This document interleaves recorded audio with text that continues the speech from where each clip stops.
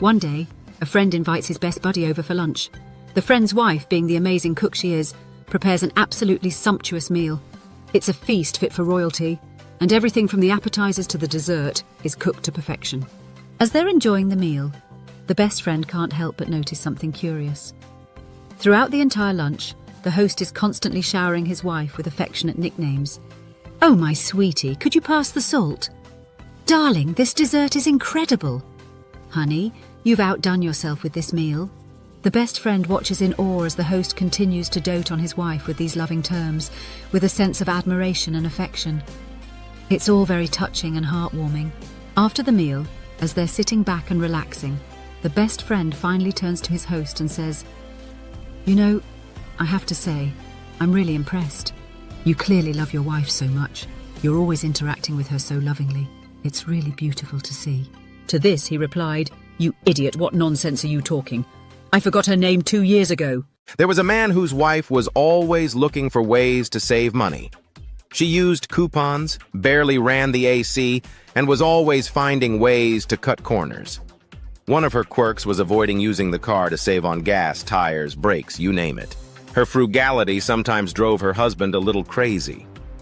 One day, while taking the bus home from work, he noticed how slow it was in traffic and thought, "I bet I could run home just as fast as this bus." So, the next day, he decided to test it out. After work, he went to the bus stop, laced up his sneakers, and waited.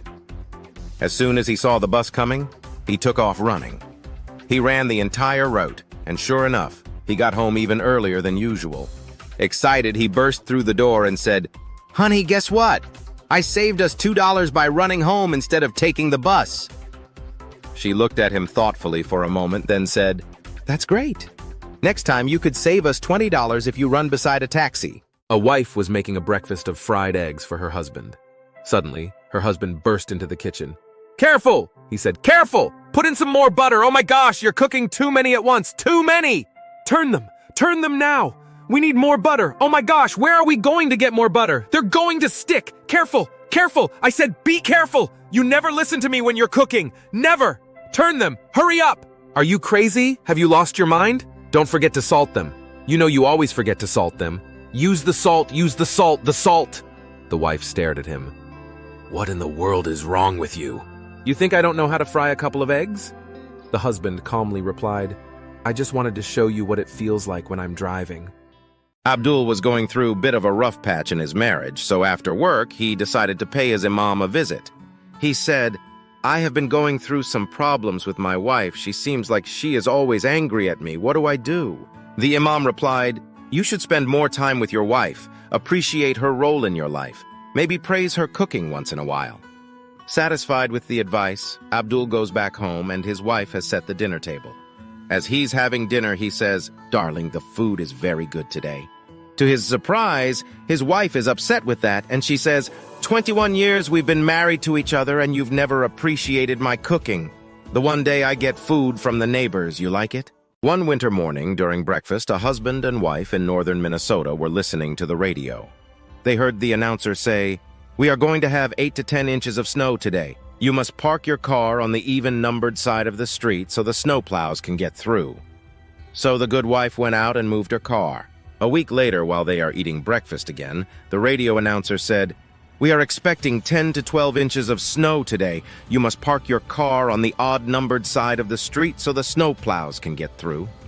The good wife went out and moved her car again. The next week, they were again having breakfast when the radio announcer said, "We are expecting 12 to 14 inches of snow today. You must park." Then the electric power went out.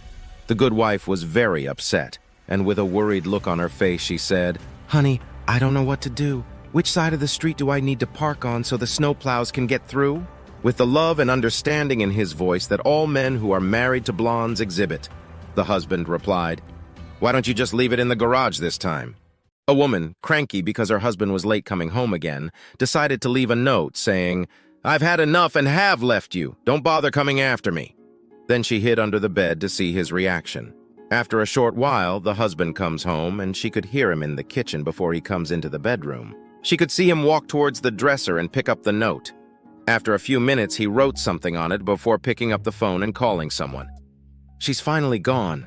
Yeah, I know about bloody time. I'm coming to see you. Put on that sexy French nightie. I love you. Can't wait to see you. We'll do all the naughty things you like. He hung up, grabbed his keys, and left. She heard the car drive off as she came out from under the bed. Seething with rage and with tears in her eyes, she grabbed the note to see what he wrote. I can see your feet. We're out of bread. Be back in 5 minutes. Zebediah's wife was in the family buggy when she was pulled over by the state police. Good morning, ma'am. I notice your little orange triangle sign is hanging by one bolt and is ready to fall off. Oh my. I will have Zebediah fix it as soon as he gets home, she replies. Also, it looks like some of your harness is wrapped around the horse's testicles. She thanks the officer and heads home. When she sees her husband, she says, Oh, Zeb, when you get a chance, can you fix the triangle on the buggy? After I milk the cows, I will look at it. Then she remembers. Oh, and while you're at it, check the emergency brake.